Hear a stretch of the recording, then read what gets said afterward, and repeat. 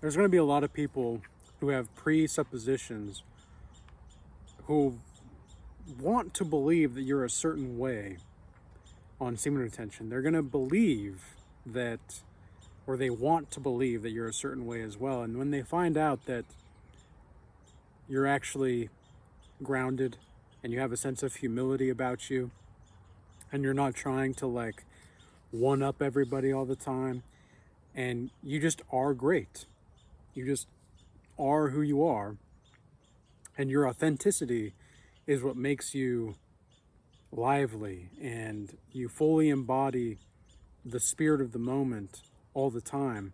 Because on semen retention, and by the way, welcome to another Semen Retention Sunday episode here on the Regal Change account. When you are embodying who it is that you want to be and your authenticity to its fullest, you usually have a calmer nervous system, or what I call the solar timeline interface. Those that are familiar with the Regal timeline theory and are Regal Change old timers will understand exactly what I'm saying here.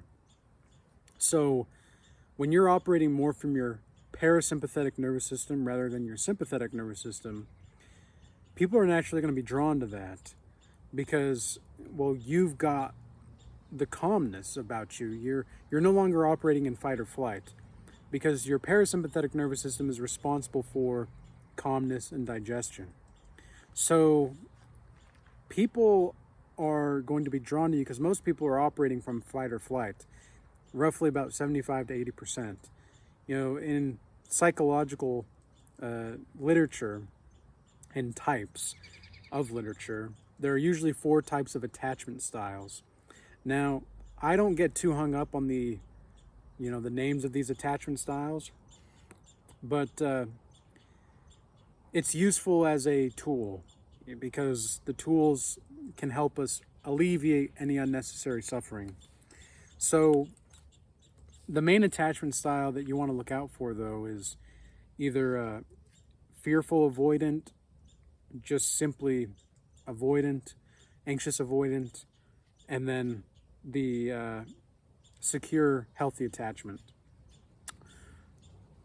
According to the study that I saw a while back, only about 25% of the population roughly has a healthy attachment style.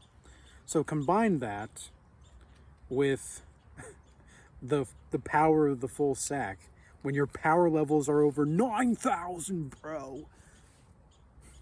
I mean, it's not hyperbole. Like, a lot of people would see this as hyperbole, but it's not. It's quite dramatic, the energy shift that you'll have.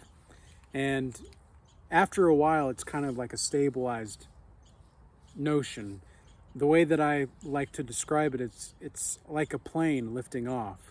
And for the first, 2 weeks to 6 months, maybe only 3 months, maybe only 2 months, who knows? Depends on the individual, really, because this is a very individualized process. You're going to be, really shooting up, going from 0 to 35,000 feet in elevation and ascension. And then when you're finally up there, you're just kind of, oh, I can be stabilized now. And so people are drawn to that stabilization, and that's when they're going to treat you like you're freaking famous or something, man. Like, it's so profound, the shift that you'll have. And I don't say this to encourage you to practice semen retention because I want you to feel like you're famous. That's not what I'm saying. I'm just describing a phenomenon in a more psychoanalytic way that brings a grounded perspective to the conversation.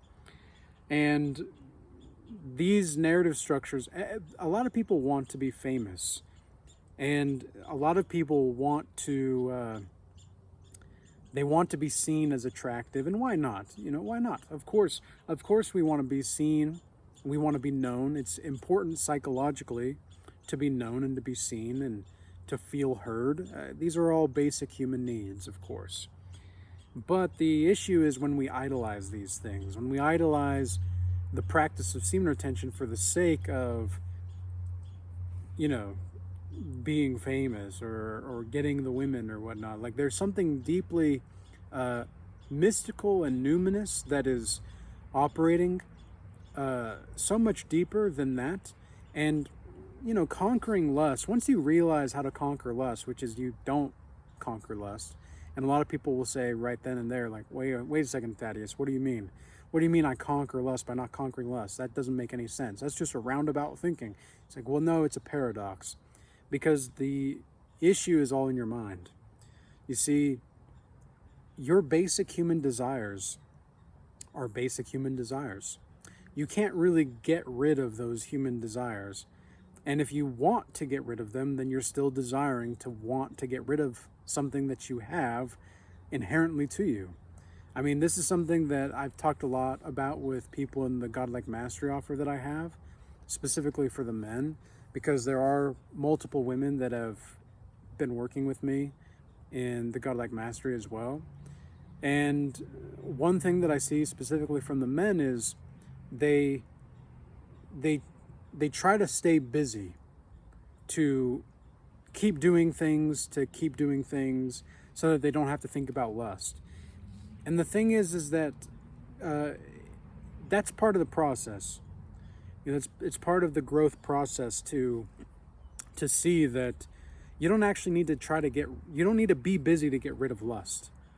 Okay, and this is another reason why people will see you as, whoa, that's someone, right? You know, that's someone. Now, I'm not saying you should think of yourself as someone, or that you shouldn't think of yourself as someone. What I'm simply saying is that be the star that you are, but realize that it's still a role to play in this incarnation, you might say. In this incarnation, we simply are doing what we are meant to be doing. I'm not saying that I believe in reincarnation. I'm not saying that I'm not believing in reincarnation. I'm simply saying that no matter how you look at this life, in this moment, in this form, the work that I'm doing is not going to really change whether or not reincarnation exists or not. So there's these deeper qualities of semen retention that must be allured first. I see that this is the best option. People must be allured by the things that are going, like, there's levels to this, right? Like, there's going to be levels to growth here, and that's okay. It's, again, part of the process. But don't get so hung up on where you're at in the process. It's going to happen naturally. And you can't rush the process. You can't rush the healing either.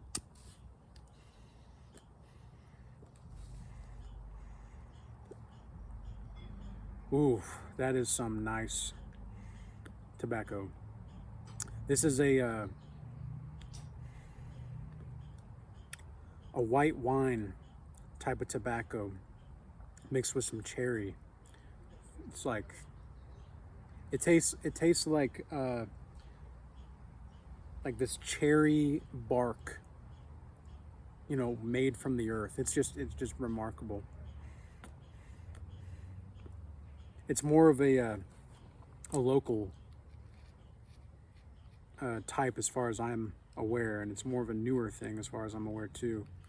But nonetheless, sometimes I found that smoking tobacco can be very grounding for me. And I use it as kind of a shamanic ritual and such, usually. And I'm not saying you should do it. I'm not saying you shouldn't do it. I'm just saying that this is what works for me sometimes when I want to ground myself. And I communicate with the tobacco spirit, you know. I communicate with it, and I have intentions going into it. Like, my intentions going into this was to be grounded in my creativity and being open to discuss new things that I may not know that I'm needing to discuss in these videos. Because when I'm making these videos, it's definitely a stream of consciousness. And I don't like to do edits. Like the Regal Change old timers, you guys know I don't like to do edits because I like the rawness of it. I like being, you know, with nature, and I like the process of individualizing myself in the most raw way, because I think, not even because I think, I trust that me being me in its most raw form is going to be the signal of sovereignty for those that are ready to receive the signal or tune in to that signal. For I am a signal of sovereignty, and I am its source. The divinity within me is just as divine as the form that carries the divinity, and vice versa. So the way that I see it is that the soul of existence, we are all the soul of existence, and the more you embody that, the more people are drawn to you. That's why people treat you like you're famous. I mean, think about Ram Dass's guru, Maharaji. I've been doing much research on Maharaji and Ram Dass and, the disciples of Maharaji, because I don't know exactly. I'm still figuring out why I'm doing it. I just know that that's captivating my attention in the spirit of the time. So I'm going to fully invest into it, because it's best psychologically to interact with that which is most drawn to you in the spirit of the moment, because that's going to be what progresses you and your work, your inner work, most authentically. And so I've been doing a lot of research into this Maharaji, and he even told Ram Dass, like, don't tell anybody about me when you go back to America, the first time Ram Dass went to India. And Ram Dass comes back and all he could talk about was Maharaji. Because it was just, imagine being in in Plato's cave, right? Imagine being in Plato's cave, and you come out of the cave and you realize, like, wait a second, there's a whole abundance of life outside of this cave. And that was what Ram Dass experienced. And the way that he describes it is that Maharaji was outside of the cave, and he was the one showing Ram Dass, like, yeah, this is the real world, so to speak, right? And now, in the Regal Timeline theory, real and truth are not synonymous. So the real, it can be real that people experience certain things that are not true. That is a reality, right? However, it doesn't mean that it's true. So there are real truths, but there are not, or there are real truths, but there are not realities in which all of them are true. So we do technically live in like a multiverse, if you want to put it like that. And the only way that we can truly know the essence of that is through experience. And semen retention will allow you to go into the depths of that experience more totally. What I see to be the game, let's say, especially on semen retention, is to be, well, really anywhere and any time, but it's to be exactly who you are, as you are, when you are. That and be it to its utmost totality. So if you want to embody sovereignty, embody it all the fucking way, man. And if you want to, if you really just feel like you can't control the lust right now, like you need to be lustful, like otherwise you're gonna explode. Because a lot of people misconceive what lust can really be like. They'll get, they'll bang themselves up, and they'll be very bothered by relapsing, for example. And I've met a lot of guys, and I've talked to a lot of guys where they're like, oh, I relapsed and I feel terrible and all this stuff. Like, if you look at the case study that we did for the Regal retention case study just about a month or so ago, and you see that where the data suggests that people who relapsed, they did feel that drop in energy and social confidence and creativity, or the urges, right? The more that they increased, the less that other quality of life and essence, was there. But otherwise, it was really high up. And a lot of it is not because they're busy doing other things. It's because they're just doing what they want to do. That's what this whole thing is about, really. It's just about being who you want to be and being it as you are. And so if you want to go, like, if you really feel like you cannot, hold it in, like, Your nervous system, your solar timeline interface is just, it's not yet integrated the power of your semen retention journey. You have to go out and let it release. I mean, go do it. I'm not telling you to go do something that's wrong for your well-being, but what I'm saying is that if you truly feel like you cannot fathom how to live life unless you go, you know, make out with a hot chick or something, I don't know, whatever it is you want to do, I wouldn't recommend doing corn. You know, just if you're going to be lustful, at least do it with something like, or someone that it's at least semi-real, you know. And when I say that, I mean that loosely, but you see what I'm saying here. But yeah, I mean, because these types of women, they will want your essence, but they don't always know why they do.